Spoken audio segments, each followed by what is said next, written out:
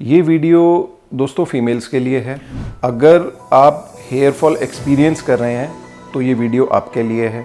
First part के अंदर हम डिस्कस करेंगे कि हेयर फॉल क्यों है, इसके पीछे रीजंस क्या हैं, किस तरीके से हम जो इनिशियल हमारा हेयर फॉल है उसको डायग्नोस कर सकते हैं, और सेकंड पार्ट में हम इसके ट्रीटमेंट के बारे में बात करेंगे, generalise treatment.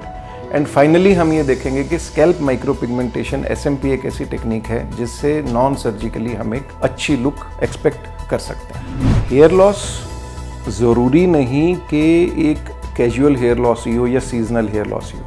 Hair loss can land up into female pattern baldness, ये चीज़ समझ के चलिए। और इसकी उम्र ऐसा नहीं है कि अराउंड 50 ईयर्स के बाद वालों को ही पार्टीशन वाइड होगा और स्कैल्प में डेंसिटी लो दिखाई देगी। आजकल 20 to 30 ईयर्स के एज ग्रुप के अंदर बहुत सारी females acute hair loss with female pattern baldness या ऊपर जो क्राउन का एरिया उसमें लो डेंसिटी के साथ अभी प्रेजेंट कर रही हैं। अगर आपके पास डायग्नोसिस नहीं है और हेयर फॉल हुए जा रहा है और उसकी ड्यूरेशन मोर देन 6 मंथ्स है, you need to be careful, you need to see a doctor, not go after advertisements. कुछ नहीं होगा, समय और पैसा दोनों बर्बाद हैं और आप इरिवर्सिबल डैमेज की तरफ भी जा सकते हैं। नमस्कार दोस्तों, मैं हूँ डॉक्टर विक्रम और मेरे चैनल में आपका बहुत बहुत स्वागत है।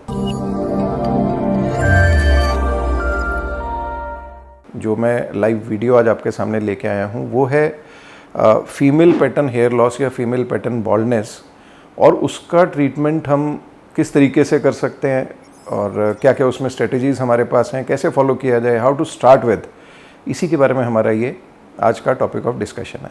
All of a sudden due to some reason आपका ऑक्यूपेशन चेंज हुआ है, जगह चेंज हुई है, there is some kind of mental और physical stress, whatsoever it may be, कुछ भी सिचुएशन हो और उसके बाद आप नोटिस कर रहे हैं कि all of a sudden hair fall has increased almost twice, 24, 25, 30 बाल गिरने लग गए, 40, 50, 100 तक पहुंच गए, डेफिनेटली दैट इज एबनॉर्मल, उसको आपको ईजिली नहीं लेना है।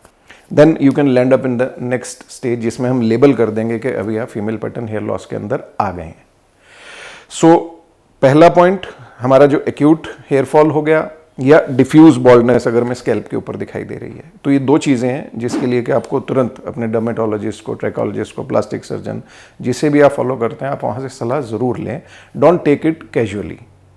और अगेन एज ग्रुप जो बता रहा हूँ मैं, नियर प्यूबर्टी, जब पीरियड्स की शुरुआत होती है फीमेल्स के अंदर, एट दैट टाइम वहाँ से लेके शुरू के 30 ईयर्स तक, up to the age of 30 years ये प्रॉब्लम हमें आ सकती है, और एक लेटर एज ग्रुप के अंदर, तो हेयर फॉल को हमें सीरियसली लेना है।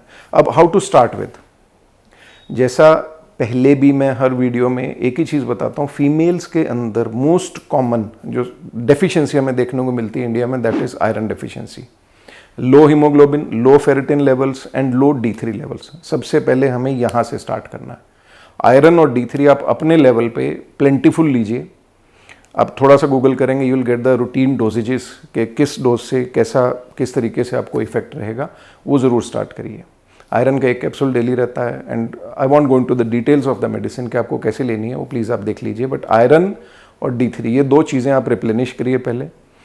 सेकेंड, अगर एसोसिएटेड कोई गायने की प्रॉब्लम है, for example PCOD, PCOS, polycystic ovarian disease है, अगर पीरियड्स के अंदर इरेगुलरिटी है, उस तरीके का कोई अगर इशू है, तो आप अपनी गायनिक के साथ कांटेक्ट करके उस पर्टिकुलर हार्मोनल इवेल्युएशन को ज़रूर एक बार दुरुस्त करें।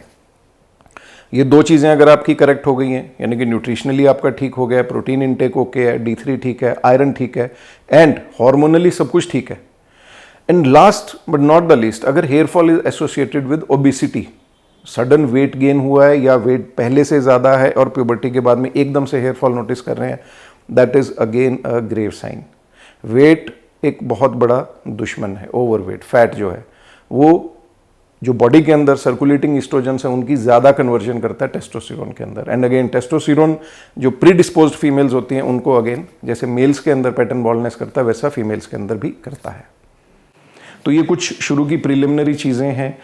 ये करने के बाद once we have corrected the underlying situation, अच्छा इसमें एक चीज़ और मैं ऐड करना चाहूँगा, जैसे medical conditions, for example thyroid, hyper B, hypo B, दोनों ही कंडीशंस के अंदर, some cases of diabetes even in the initial stages, तो ऐसी कुछ भी सिचुएशंस हैं उनको उनका डायग्नोसिस, एक प्रॉपर इवेल्युएशन ज़रूरी है, और वो हमने अगर करेक्ट कर लिया, अंडरलाइंग कॉज जो भी था हमारा, हमने उसको करेक्ट कर लिया, न्यूट्रिशनल है या मेडिसिन इससे डिजीज से रिलेटेड है या हार्मोन से रिलेटेड है, एंड स्टिल हेयर फॉल चल रहा है, तो फिर नेक्स्ट लेवल पे you need to be aggressive with the treatment जो कि हेयर को टारगेटेड हो। इसमें हमारे जो लोकल एप्लीकेशन के लिए सीरम्स होते हैं, लाइक मिनॉक्सिडिल का सीरम है, पेप्टाइड सीरम्स हैं, then in some cases after evaluation we start with finasteride also, जो DHT ब्लॉकर्स हैं, काफ़ी सारे उसके अंदर एक ग्रुप ऑफ ड्रग्स हैं, वहाँ पे हम वो स्टार्ट करते हैं।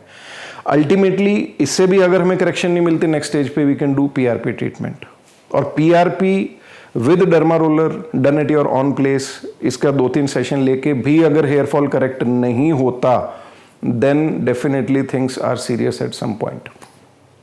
एक सिचुएशन हो गई। सेकंड, जिन क्लाइंट्स के अंदर हेयर फॉल कंट्रोल हो गया है, रीज़न कोई भी हो, अंडरलाइंग रीज़न हमने करेक्ट कर लिया है, या with the help of PRP या with the help of serums है, मिनॉक्सिडिल, कुछ भी करके हमारा हेयर फॉल स्टेबलाइज हो गया, but for a period of 6 to 7 months हमें डेंसिटी के अंदर इंप्रूवमेंट नहीं दिख रहा है, लाइक जो नीचे से स्किन की विजिबिलिटी है या स्कैल्प की जो थिनिंग है वो हमें क्लियरली नज़र आ रही है, हेयर की थिनिंग। इन दैट केस जो आज का टॉपिक है, that is scalp micropigmentation in case of female pattern hair loss, वो that comes into the play. देखिए, फीमेल पैटर्न हेयर लॉस के अंदर एरिया बहुत ज़्यादा बड़ा, वाइड एरिया इन्वॉल्व होता है, it's not a small area, तो ऐसे केस में hair transplant is virtually impossible in more than 90% of the females. ऐसे में नॉन इन्वेजिव तरीका यानी कि नॉन सर्जिकल तरीका, 4 से 5 घंटे का ट्रीटमेंट रहता है, scalp micropigmentation, it's done under mild local anaesthesia, just walk in and walk out procedure. 2 से 3 दिन के लिए आपको कुछ हिदायतें रहती हैं, इसके अलावा कोई स्वेलिंग, कोई आपको डाउन टाइम या आपको रेस्ट करने की इसमें कोई आवश्यकता नहीं रहती। जो आज मैं केस स्टडी लेके आया हूँ, इसके अंदर अब आप नोटिस कर सकते हैं, ये इस क्लाइंट की उम्र जो है, इस बच्चे की उम्र केवल 22 साल है। See the level of hair fall she has experienced. So इनका हमने फर्स्ट लेवल के ऊपर we started with the medications were effective but not to that extent. फिर हमने इस केस के अंदर PRP ऐड किया, PRP के 3 सेशंस प्लस मेडिसिन अभी भी कंटिन्यूड है, एंड मेडिसिन इनकी ऑलमोस्ट 1 से 1.5 साल तक हम लोग फॉलो करेंगे। बाकी जो हार्मोनल इवेल्युएशन था, जो भी था, वो सारी चीज़ें इनकी नेगेटिव आए, तो थिंग्स आर जेनेटिक, जीन्स की वजह से ये प्रॉब्लम आई है। इनके मदर के लेवल पे भी सिमिलर प्रॉब्लम थी। तो अब एक बार हमारा हेयर फॉल स्टेबलाइज हो गया, तो then we have done scalp micropigmentation in this case.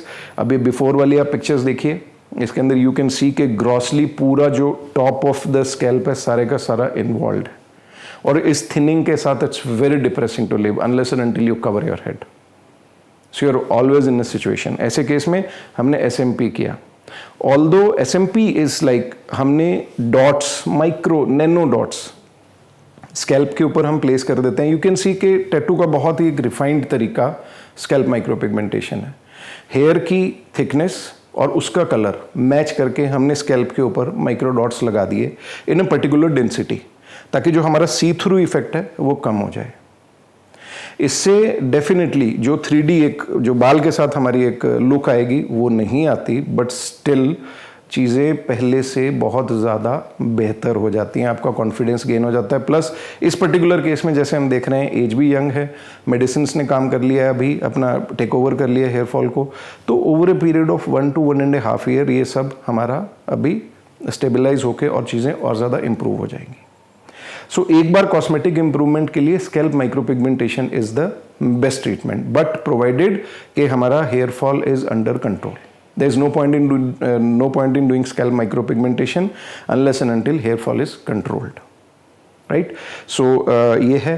दूसरा scalp micropigmentation का सबसे बड़ा एडवांटेज है, it's a non surgical procedure. आपके ग्राफ्ट्स कहीं लूज नहीं हुए हैं, बिकॉज इन सर्टेन केसेज जिसमें छोटे पैचेस होते हैं फीमेल्स के, उस केस में हम अगर हेयर ट्रांसप्लांट कई बार कर भी देते हैं, तो दोबारा से अगर female pattern hair loss initiate हो गया तो वो हेयर भी हमारे धीरे करके लूज हो जाएंगे या थिन आउट हो जाएंगे। So we lose at our grafts also. तो हेयर ट्रांसप्लांट फीमेल्स के अंदर for female pattern hair loss is very, we can say it's a dicey decision. हमें बहुत सोच समझ के उस पर करना पड़ता है उसको फॉलो। तो SMPs comparatively safe, it's easy, and it's a walk in walkout procedure, no down time is required. So ऐसे केस में हम रिकमेंड कर सकते हैं। सो अगर आपको हेयर फॉल है, एग्रेसिव हेयर फॉल है, please do not take it lightly. जो सिर्फ एडवर्टीजमेंट देख के आपने एक अपने लेवल पे सेल्फ मेडिकेशन स्टार्ट कर दिया, ये ले रहे हैं, होम रेमेडीज़ हैं, to some extent it's okay, महीना 2 महीने आप ट्राई कर लीजिए, but not to that extent कि फिर हमारे फॉलिकल्स जो हैं वो परमानेंट टीलोजन के अंदर चले जाएं, we are not able to stimulate them. तो ये चीज़ समझ के चलिए। और कोई और फर्दर क्वेरी अगर हम आपकी जो हेल्प कर पाएँ, जितना हमारे पास सीमित समय रहता है, तो नीचे कमेंट्स के अंदर आप डालिए, will definitely try to help you out. Thank you so much for watching this video and stay tuned.